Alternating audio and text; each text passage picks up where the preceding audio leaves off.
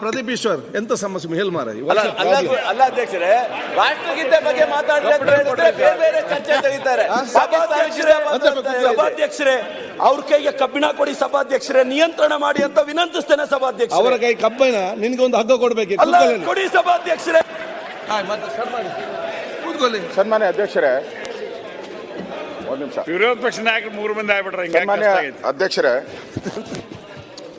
ಸನ್ಮಾನ್ಯ ಅಧ್ಯಕ್ಷರೇ, ನಾನು ಈ ರಾಜ್ಯಪಾಲರ ಭಾಷಣ ಆದಮೇಲೆ ರಾಜ್ಯಪಾಲರು ಹೋಗ್ಬೇಕಾದರೆ ಅವ್ರಿಗೆ ಆಗಿರೋ ಅಗೌರವದ ಬಗ್ಗೆ ನಾನು ಅಫಿಷಿಯಲ್ ಆಗಿ ನಿಮಗೆ ಒಂದು ಪತ್ರವನ್ನು ಕೊಟ್ಟಿದ್ದೀನಿ. ನಾನು ಸಂತಾಪ ಸೂಚನೆ ಆದಮೇಲೆ ನೀವು ಅದಕ್ಕೆ ಅವಕಾಶ ಕೊಡ್ಬೋದಾಗಿತ್ತು, ಅಥವಾ ಸಂತಾಪ ಸೂಚನೆ ಮಾಡೋ ಮುಂಚೆನೂ ಈ ಥರ ಘಟನೆಗಳು ನಡೆದಿದೆ ಅಂತ ನೀವು ಹೇಳಿದ್ದೀರಾ, ಕೊಡ್ಬೇಕಾಯ್ತು. ನಾನು ಕೊಟ್ಟಿದ್ದೀನಿ. ನಾನು ಅಪೀಲ್ ಮಾಡೋದನ್ನು ನಾನು ಅಪೀಲ್ ಮಾಡಿದವ್ರಿಗೆ ನೀವು ಕೊಡ್ದಿರಾ, ಅಪೀಲ್ ಮಾಡದೇ ಇರೋರಿಗೆ ನೀವು ಅವಕಾಶ ಕೊಡ್ತೀರಲ್ಲ. ಇರ್ಬೋದು, ಅವ್ರು ಲಾ ಮಿನಿಸ್ಟರ್ ಆದ್ರೆ ಏನು ಸ್ಪೆಷಲ್ ಕ್ಯಾಟಗರಿ ಏನಿಲ್ಲ ಅವ್ರಿಗೆ. ಎಲ್ಲರೂ ಒಂದೇ, ಇಲ್ಲಿರೋರೆಲ್ಲರೂ ಕೂಡ ಎಲ್ಲರೂ ಒಂದೇ. ಎಲ್ಲ MLAಗಳಿಗೂ ಅದೇ ಗೌರವ ಇರೋದು ಸದನದಲ್ಲಿ. ಅವ್ರಿಗೂ ಒಂದೇ ಓಟ್ ಇರೋದು, ನನಗೂ ಒಂದೇ ಓಟ್ ಇರೋದು. ಇಲ್ಲಿ ನಾನು ಮಾತಾಡಬೇಡಿ. ಈಗ ಸನ್ಮಾನ್ಯ ಅಧ್ಯಕ್ಷರೇ, ನಾನು ಪತ್ರದಲ್ಲಿ ಏನ್ ಕೊಟ್ಟಿದ್ದೀನಿ ಅಂದ್ರೆ ಪೇಜ್ 13 ನಮ್ಮ ಕರ್ನಾಟಕ ವಿಧಾನಸಭೆಯ ಕಾರ್ಯವಿಧಾನ ಮತ್ತು ನಡವಳಿಕೆ ನಿಯಮಗಳು ನಾವೇ ಮಾಡಿರೋದು. ಅದರಲ್ಲಿ 13ನೇ ಇದರಲ್ಲಿ 27ನೇ ಕಲಮಲ್ಲಿ ರಾಜ್ಯಪಾಲರ ಭಾಷಣದ ಅವಧಿಯಲ್ಲಿ ಅನುಸರಿಸಬೇಕಾದ ಕ್ರಮ, ಸಂವಿಧಾನದ 175 ಅಥವಾ 176ನೇ ಅನುಚ್ಛೇದದ ಮೇರೆಗೆ ವಿಧಾನಮಂಡಲದ ಉಭಯ ಸದನಗಳು ಸಭೆ ಸೇರುವಾಗ ಅಥವಾ 175ನೇ ಅನುಚ್ಛೇದದ ಮೇರೆಗೆ ವಿಧಾನಸಭಾ ಸದಸ್ಯರು ಮಾತ್ರ ಸಭೆ ಸೇರುವಾಗ ರಾಜ್ಯಪಾಲರ ಭಾಷಣದ ಅವಧಿಯಲ್ಲಿ ಯಾರೇ ಸದಸ್ಯರು ಯಾವುದೇ ಭಾಷಣ ಮಾಡುವ ಮೂಲಕ ಅಥವಾ ಯಾವುದೇ ಕ್ರಿಯಾಲೋಪವೆತ್ತಿ ರಾಜ್ಯಪಾಲರ ಭಾಷಣಕ್ಕೆ ಮುಂಚಿತವಾಗಲಿ ಅಥವಾ ತರುವಾಯವಾಗಲಿ ರಾಜ್ಯಪಾಲರ ಭಾಷಣಕ್ಕೆ ಅಡ್ಡಿ ಉಂಟು ಮಾಡತಕ್ಕದ್ದಲ್ಲ. ಅಥವಾ ಅಥವಾ ಆಯ್ತು, ಗೊತ್ತಿದೆ, ಅವ್ರು ಉದ್ದಾರಲ್ಲ. ಅಥವಾ ಪುಸ್ತಕ ಇದೆ, ಪುಸ್ತಕದಲ್ಲಿ ಓದ್ಕೊಳ್ಳಿ. ನಾನು ಸ್ಪೆಲ್ಲಿಂಗ್ ನಾನು ತಪ್ಪು ಹೇಳಿರ್ತೀನಿ ಅಂತ ಅವರು ಅದು ಓದ್ಕೊಳ್ಳಿ ಬೇಕಾದ್ರೆ. ಅಥವಾ ಅಥವಾ ಆಯ್ತು ಬಾಲಕೃಷ್ಣ, ಯಾಕೆ ಸುಮ್ಮನೆ ವಿಘ್ನವನ್ನು ಉಂಟು ಮಾಡತಕ್ಕದ್ದಲ್ಲ. ಮತ್ತು ಅಂತ ಅಡ್ಡಿಯನ್ನು ಅಥವಾ ವಿಘ್ನವನ್ನು ಸದನದ ಆದೇಶದ ತೀವ್ರ ಉಲ್ಲಂಘನೆ ಎಂದು ಪರಿಗಣಿಸಿ ವಿಧಾನಸಭೆಯ ಮುಂದಿನ ಉಪವೇಶನದಲ್ಲಿ ಸಭಾಧ್ಯಕ್ಷರು ಆ ಬಗ್ಗೆ ವ್ಯವಹರಿಸತಕ್ಕದ್ದು ಅಂತ ಕ್ಲಿಯರ್ ಆಗಿದೆ. ಅಂದ್ರೆ ಏನು ಅವ್ರನ್ನ ಕ್ರಮ ಆಗಬಾರ್ದು ಅಂತ ಹೇಳಿ. ದಯವಿಟ್ಟು ಕೂತ್ಕೊಳ್ಳಿ.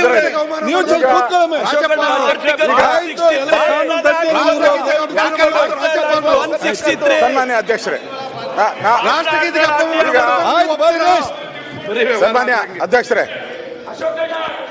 ಸನ್ಮಾನ್ಯ ಅಧ್ಯಕ್ಷರೇ, ಈಗ ಆ ಬಾಲಕೃಷ್ಣನು ಗಲಾಟೆ ಮಾಡಿದೆ, ಅವ್ರ ಮೇಲೆ ಕ್ರಮ ಆಗ್ಬೇಕು. ಅವ್ರದೇ ಫಸ್ಟ್ ಅಪರಾಧಿ. ಅವ್ರನ್ನೇ ಮಾಡಿದಿರಿ ನಾವು. ಸ್ಪೀಕರ್ ಮಾಡಿ ಅಧ್ಯಕ್ಷರೇ. ನಾನು ನಿಮ್ಮ ಹತ್ರ ಹೇಳುವಂತದ್ದು ಅಧ್ಯಕ್ಷರೇ, ಬಾಲಕೃಷ್ಣ ಅವ್ರೆ ಕೂತ್ಕೊಳ್ಳಿ. ಅಧ್ಯಕ್ಷರೇ, ಅವ್ರು ತುಂಬಾ ನೀವೇ ಕೂತ್ಕೊಳ್ಳಿ. ಅಧ್ಯಕ್ಷರೇ, ಇಲ್ಲಿ ಆಯ್ತು, ನಾನು ಹೇಳೋದು ನೀನ್ ಮಾಡಿರತ್ತೆ ನಾನು ಹೇಳಿರೋದು. ಬಾಲಕೃಷ್ಣ ಅವರೇ,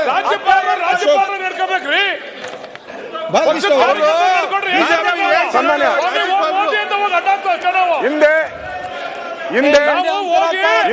ಈ ರಾಜ್ಯದಲ್ಲಿ ಗವರ್ನರ್ಗಳು ಬಂದು ರಾಜ್ಯಪಾಲರ ಭಾಷಣವನ್ನ ಮಾಡಿದ್ದಾರೆ. ಇವರೊಬ್ಬರೇ ಗೌರವಾನ್ವಿತ, ಈ ಒಬ್ಬರೇ ರಾಜ್ಯಪಾಲರಲ್ಲ. ಬಹಳಷ್ಟು ನಮಗೆ ಸ್ವಾತಂತ್ರ್ಯ ಬಂದಾಗಿಂದ ಮಹಾರಾಜರಿಂದ ಇದುವರೆಗೂ ಗವರ್ನರ್ಗಳು ಬಂದು ಭಾಷಣ ಮಾಡಿದ್ದಾರೆ. ಇಲ್ಲಿ ಹಿಂದೆ ಭಾರದ್ವಾಜ್ ಅವರು ಇದ್ದಾಗ, ಗೌರವಾನ್ವಿತ ಭಾರದ್ವಾಜ್ ಅವರು ಇದ್ದಾಗ ನಾನೇ ಇಲ್ಲಿ ಅಸೆಂಬ್ಲಿಯಲ್ಲಿ ಕೂತಿದ್ದೆ. ಅವರು ಭಾಷಣ ಏನು ಮಾಡಿಲ್ಲ, ಹಂಗೆಲ್ಲೇ ಮಾಡ್ಬಿಟ್ಟು ಹೊರಟೋದ್ರು. ಎಲ್ಲ ನಿಮ್ಮವರೆಲ್ಲ ಹಂಗೇನೆ. ಹಿಂದೆ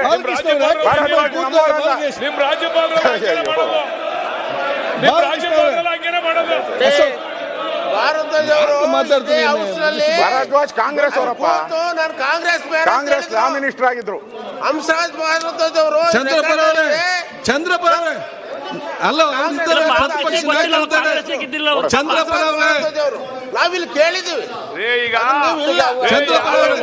ಅಧ್ಯಕ್ಷರೇ,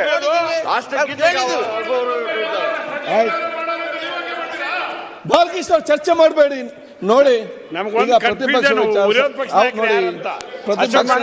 ಪ್ರತಿಪಕ್ಷ ನಾಯಕರಿಗೆ ಅವ್ರಿಗೆ ಒಂದು ಅಧಿಕಾರ ಇರ್ತದೆ. ಕೂತ್ಕೊಳ್ಳಿ ಗೋಪಾಲಕೃಷ್ಣ, ಅಲ್ಲ, ಅಲ್ಲ ಗೋಪಾಲಕೃಷ್ಣ ಕೂತ್ಕೊಳ್ಳಿ, ನಾನು ಅವ್ರು ಮಾತಾಡಿ ಮುಗಿಸ್ಲಿ. ಅಲ್ಲ, ಅವರೊಬ್ಬರೇ ಅಂತಲ್ಲ, ಹಿಂದೆ ಗೌರವಾನ್ವಿತ ಖುರ್ಷಿದ್ ಆಲಂ ಖಾನ್ ಅವರು ಕೂಡ ಗವರ್ನರ್ ಆಗಿದ್ರು ಇಲ್ಲಿ. ಅವರು ಕೂಡ ಗವರ್ನರ್ ಆಗಿದ್ರು. ಅವರು ಕೂಡ ಇಲ್ಲಿ ಲೇ ಮಾಡಿಬಿಟ್ಟು ಹೋಗಿದ್ದಾರೆ. ಅದರಲ್ಲೇನು ತಪ್ಪು ಅಂತ ಏನಿಲ್ಲ. ನಾನು ನಿಮಗೆ ಮಂಡನೆ ಮಾಡಿದ್ದಾರೆ. ಅವ್ರು ಮಂಡನೆ ಮಾಡಿ ಥ್ಯಾಂಕ್ಸ್ ಹೇಳಿ ಹೋಗಿದ್ದಾರೆ. ಅವರು ಇದಕ್ಕೆ ಸಂಬಂಧಪಟ್ಟಂತೆ, ಈ ವಿಚಾರಕ್ಕೆ ಸಂಬಂಧಪಟ್ಟಂತೆ ವೆಸ್ಟ್ ಬೆಂಗಾಲಿನ ಹೈಕೋರ್ಟನು ಕೂಡ ಈ ತರದ ಸಮಸ್ಯೆ ಬಂದಾಗ ಅಲ್ಲಿ ಕೋರ್ಟ್ ಆದೇಶನ ಮಾಡಿದೆ. ನಾನು ಸುಪ್ರೀಂ ಕೋರ್ಟ್ ಆದೇಶನ ನಾನು ಓದಿದ್ದೀನಿ. ಸುಪ್ರೀಂ ಕೋರ್ಟ್ ಆದೇಶನು, ಸುಪ್ರೀಂ ಕೋರ್ಟ್ ಅಲ್ಲಿ ಹಿಂದೆ ಏನಿತ್ತು, ಜವಾಹರ್ಲಾಲ್ ನೆಹರು ಪ್ರಧಾನಮಂತ್ರಿ ಇದ್ದಾಗ ಬಹಳಷ್ಟು ರಾಜರುಗಳು, ಅವತ್ತು ಯಾರ್ಯಾರು ರಾಜರುಗಳು ಅವರವ್ರ ರಾಜ್ಯಗಳನ್ನ ಕೊಟ್ಟರು, ಅವ್ರನ್ನೆಲ್ಲ ಗವರ್ನರ್ ಮಾಡಿದ್ರು. ನಮ್ಮಲ್ಲೂ ಹಾಗೆ ಮಾಡಿತ್ತು. ಅವರು ರಾಜ್ಯಪಾಲರು ಆಗಿ ಬಂದ್ಬಿಟ್ಟು ಮೊದಲನೇ ಲೈನ್ ಓದ್ಬಿಟ್ಟು ಹೊರಟೋಗಿದ್ದಾರೆ. ಇದು ಸುಪ್ರೀಂ ಕೋರ್ಟ್ಗೂ ಹೋಗಿದೆ. ಸುಪ್ರೀಂ ಕೋರ್ಟ್ ಕ್ಲಿಯರ್ ಆಗಿ ಹೇಳಿದ್ದಾರೆ, ನಾವು ಈ ವಿಚಾರವಾಗಿ ನಾವು ಅವರಿಗೆ ಯಾವುದೇ ಆದೇಶಗಳನ್ನ ಕೊಡಲ್ಲ ಅಂತ ಹೇಳಿದ್ದಾರೆ, ಸ್ಪಷ್ಟವಾಗಿ ಹೇಳಿದ್ದಾರೆ. ಅದರ ದಾಖಲೆಗಳೆಲ್ಲ ಇದೆ. ನಾವು ಇವರೆಲ್ಲ ಹೇಳಿದ್ದಾರೆ ಸಂವಿಧಾನದ ವಿರೋಧಿ, ಅದೇನೇನೋ ಪದ ಹೇಳಿದ್ದಾರೆ. 175, 176, 176ರಲ್ಲಿ ಏನ್ ಹೇಳಿದೆ? ಅಲ್ಲ, 170 ಏನ್ ಹೇಳಿದೆ? ನೀವು ಓದಬೇಕು ಅಂತ ಹೇಳಿದೆ ಹೊರತು ಕಡ್ಡಾಯವಾಗಿ ಓದಬೇಕು ಅಂತ ಏನಿಲ್ಲ. ಅದರಿಂದ ಈಗ ಅವ್ರು ಏನು ಹೇಳಿದಾರೋ ಅದನ್ನ ಸಂವಿಧಾನ ಪ್ರಕಾರ ಹೇಳಿದ್ದಾರೆ. ಅವ್ರಿಗೆ ಇವತ್ತು ನೀವು ಅವ್ರಿಗೆ ಲಾ ಮಿನಿಸ್ಟರ್ ಎದ್ಬಿಟ್ಟು ಅಡೆತಡೆ ಮಾಡಬಾರ್ದು ಅಂತ ಇದೆ. ಅವರು ಎದ್ದಾಗ ಅವರು ಮಾತಾಡುವಾಗ ಯಾರು ಅಡೆತಡೆ ಮಾತಾಡಬಾರ್ದು ಅಂತ ಇದೆ, ಸ್ಪಷ್ಟವಾಗಿದೆ. ಲಾ ಮಿನಿಸ್ಟರ್ ಹೆಂಗ್ ಮಾತಾಡಿದ್ರು? ಲಾ ಮಿನಿಸ್ಟರ್ ಎದ್ದು ಅದಕ್ಕೆ ಅಡೆತಡೆ ಮಾಡಿದ್ರಲ್ಲ, ಈಗ ಅವ್ರ ಮೇಲೆ ಕ್ರಮ ಆಗ್ಬೇಕು. ಲಾ ಮಿನಿಸ್ಟರ್ ಮೇಲೆ ಕ್ರಮ ಆಗ್ಬೇಕು. ಅವ್ರ ಮೇಲೆ ಸಭಾಧ್ಯಕ್ಷರೇ, ವಿಡಿಯೋ ಇದೆ, ನಾನು ಕಳಿಸ್ತೀನಿ ನಿಮ್ಮ ಹತ್ರ. ಎಲ್ಲ ಆಲ್ರೆಡಿ ದೇಶ ಪೂರ್ತಿ ವಿಡಿಯೋ ಓಡಾಡ್ತಾ ಇದೆ. ಎಲ್ಲಾ ಚಾನಲ್ಗಳು ವಿಡಿಯೋ ಅವ್ರನ್ನ ಅಡ್ಡ ಹಾಕಿರೋದು, MLA ಬೈದಿರೋದು, ಅವ್ರನ್ನ ಧಿಕ್ಕಾರ ಕೂಗಿರೋದು, ಇದೆಲ್ಲ ನನ್ನ ಹತ್ರ ವಿಡಿಯೋ ಇದೆ. ಅದು ಸ್ಪಷ್ಟವಾಗಿದೆ. ಇಲ್ಲಿ ರೂಲ್ ಬುಕ್ ಅಲ್ಲಿ ಸ್ಪಷ್ಟ ಆಗಿದೆ. ಈ ರೂಲ್ ಬುಕ್ ಅಲ್ಲಿ ಇರೋದ್ರನ್ನ ಅವ್ರ ಮೇಲೆಲ್ಲ ಕ್ರಮ ಆಗ್ಬೇಕು. ನೀವು ಕ್ರಮ ಮಾಡಿಲ್ಲ ಅಂದ್ರೆ ಈ ಅಧಿವೇಶನ ಏನ್ ನಡೀಬೇಕು? ಅವರೇನೋ ತಪ್ಪು ಮಾಡಿದ್ದಾರೆ ಇಲ್ಲ, ಮತ್ತೆ ಯಾಕೆ ಅವ್ರಿಗೆ ನೀವು ಅಗೌರವ ಮಾಡ್ತೀರಾ? ರೂಲ್ ಬುಕ್ ಅಲ್ಲಿ ಸ್ಪಷ್ಟವಾಗಿದೆ. ಅದರಿಂದ ದಯವಿಟ್ಟು ನೀವು ಇದರ ಬಗ್ಗೆ ಕ್ರಮ ತೆಗೆದುಕೊಳ್ಬೇಕು ಅಂತ ಆಗ್ರಹವನ್ನ ಮಾಡ್ತೀರಿ. ಇದನ್ನ ನೀವು ಇವತ್ತೇ ತಗೊಂಡ್ರೆ ಸರಿ, ನಾಳೆನೇ ತಗೊಂಡ್ರೆ ಸರಿ, ಇದ್ರ ಬಗ್ಗೆ ನೀವು ಸ್ಪಷ್ಟೀಕರಣ ಕೊಡ್ಬೇಕು.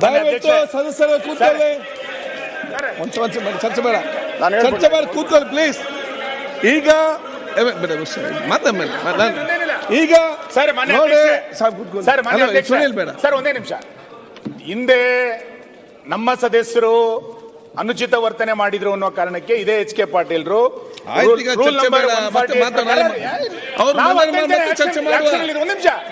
ಈ ಪ್ರಕಾರ ಇದರಲ್ಲಿ ಅವ್ರೇನು ರಾಜ್ಯಪಾಲರ ಭಾಷಣದ ತರುವಾಯ ಅಂತಾನೆ ಇದೆ. ರಾಜ್ಯಪಾಲರ ಭಾಷಣದ ತರುವಾಯ ಇವರೇ ಕಾನೂನು ಸಚಿವರೇ ನಿಂತ್ಕೊಂಡು ಹೆಂಗ್ ಮಾಡ್ತೀರಿ ಅಂತ ಕೇಳಿದ್ದು. ನಿಮಗೆ ಸದನದೊಳಗೆ ಒಬ್ಬ ರಾಜ್ಯಪಾಲರ ರಕ್ಷಣೆ ಇಲ್ಲ, ದಯಮಾಡಿ ಇದೆಲ್ಲ ರೂಲಿಂಗ್ ಕೊಡೋದಕ್ಕೆ ಇವ್ರ ಮೇಲೆ ಆಕ್ಷನ್ ತಗೊಳ್ಬೇಕು ಅಂತ ಮಾನ್ಯ ವಿರೋಧ ಪಕ್ಷ ನಾಯಕರು ಪತ್ರ ಕೊಟ್ಟಿದ್ದಾರೆ. ರಾಜ್ಯಪಾಲರು ಸರ್, ಮಾನ್ಯ ಅಧ್ಯಕ್ಷ, ನೀವು ತಗೊಳಕ್ಕಾಗಲ್ಲ. ರಾಜ್ಯಪಾಲರನ್ನ ಕರೆದು ಅವಮಾನ ಮಾಡಿ ಕಳಿಸಿದ್ರ, ರಾಜ್ಯಪಾಲರನ್ನ ಕರೆದು ಅವಮಾನ ಮಾಡಿ ಕಳಿಸಿದ್ರ ಒಬ್ಬ ರಾಜ್ಯಪಾಲರು ದಲಿತರು ಅನ್ನೋ ಕಾರಣಕ್ಕೆ ಸರ್ಕಾರದ ಧೋರಣೆನ? ಮಾನ್ಯ ಅಧ್ಯಕ್ಷರೇ, ರಾಜ್ಯಪಾಲರು ದಲಿತರು ಅನ್ನೋ ಕಾರಣಕ್ಕೆ ಸರ್ಕಾರದ ಧೋರಣೆನ ಇದು? ಈ ಸರ್ಕಾರಕ್ಕೆ ಯಾರ ಮೇಲೆ ರಕ್ಷಣೆ ಇವಾಗ? ಬಳ್ಳಾರಿಯಲ್ಲಿ ಗುಂಡಾರಿಸ್ತೀರಿ, ರಾಜ್ಯಪಾಲರಿಗೆ ಅಡ್ಡಿ ಹಾಕ್ತೀರಿ.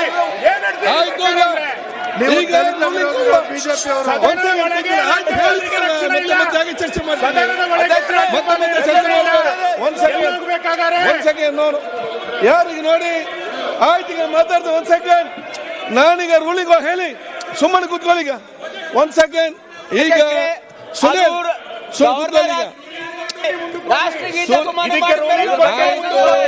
ಆಯ್ತು, ಕೂತ್ಕೊಳ್ಳಿ. ಶರಣ್ ಪ್ರಕಾಶ್, ಶರಣ್. ನಿರ್ಭೀತ, ನಿಷ್ಪಕ್ಷಪಾತ, ವಿಶ್ವಾಸಾರ್ಹ ಸುದ್ದಿಗಳಿಗೆ ಮತ್ತೊಂದು ಹೆಸರಾಗಿರುವ ನ್ಯೂಸ್ 18 ಕನ್ನಡ ಈಗ ಆಪ್ನಲ್ಲೂ ಲಭ್ಯವಿದೆ. ದಯವಿಟ್ಟು ಇಲ್ಲಿರುವ QR ಕೋಡ್ ಅನ್ನು ಸ್ಕ್ಯಾನ್ ಮಾಡಿಕೊಂಡು ಆಪ್ ಡೌನ್ಲೋಡ್ ಮಾಡೋದಕ್ಕೆ ಮರಿಬೇಡಿ. ನಿಮ್ಮ ಬೆಂಬಲ ಹೀಗೆ ಸದಾ ನಮ್ಮೊಂದಿಗಿರಲಿ. ಧನ್ಯವಾದ.